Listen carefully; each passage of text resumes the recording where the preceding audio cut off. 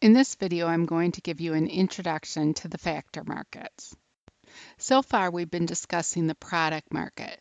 This unit is going to focus on the resource or the factor market. In other words, the resources that businesses need in order to provide their product or service. There are four factors of production: land, labor, capital, which can be physical or human capital, and entrepreneurship. Our focus is going to be mainly on labor. Factor prices or factor payments refer to payments made for the factor prices are payments made for the use of the factors of production. Land is paid rent, labor is paid a wage, capital is paid interest, and entrepreneurs are paid profit. In the product market, individuals pay businesses for goods and services, but in the factor market, businesses pay individuals for their resources. Our main focus is going to be on the labor market. What is the demand for labor? Demand is the different quantities of workers that businesses are willing and able to hire at various wages. There's an inverse relationship between wage and the quantity of labor demanded. The supply for labor is the different quantities of individuals that are willing and able to work at different wages. There's a direct or a positive relationship between the wage offered and the quantity of labor supplied. Workers have trade-offs between work and leisure. Firms demand or they need labor. The demand for labor shows the quantities of workers that firms will hire at different wages. So as the wage rate falls, the quantity demanded increases, and as it increases, the quantity demanded falls.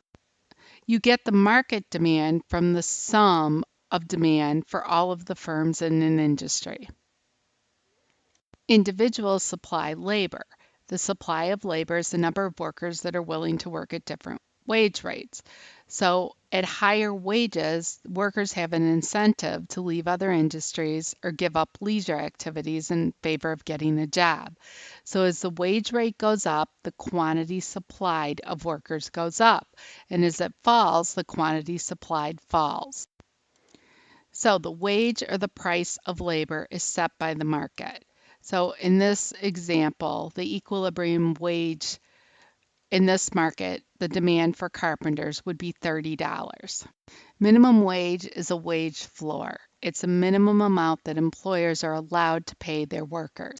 Assume the government was interested in increasing the federal minimum wage to $15 an hour. What do you think would be the purpose of this policy? And do you believe that a $15 minimum wage would successfully accomplish the goal? I want you to think about that. So the minimum wage is a binding price floor that would be above equilibrium. So what would result is at a $15 wage rate, there would be an excess or surplus of workers willing to work at that wage rate. So the quantity demanded is going to fall and the quantity supplied would increase. So is increasing the minimum wage good or bad? The idea is we don't want poor people living in the streets, so we should make sure they have enough money to live on. But the bad part of that idea is that increasing the minimum wage too much leads to more unemployment and higher prices. Here's a practice question, and the answer is A. Another question, and the answer is D. And one more, and the answer is D. We're going to focus on marginal resource costs in this unit, the additional cost of adding an additional resource worker. So the marginal resource cost is calculated by the change in total costs over the change in inputs. Marginal revenue product is the additional revenue that's generated by adding another worker.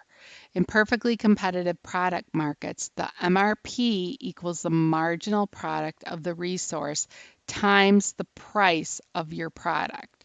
So another way to calculate MRP is the change in total revenue over the change in inputs.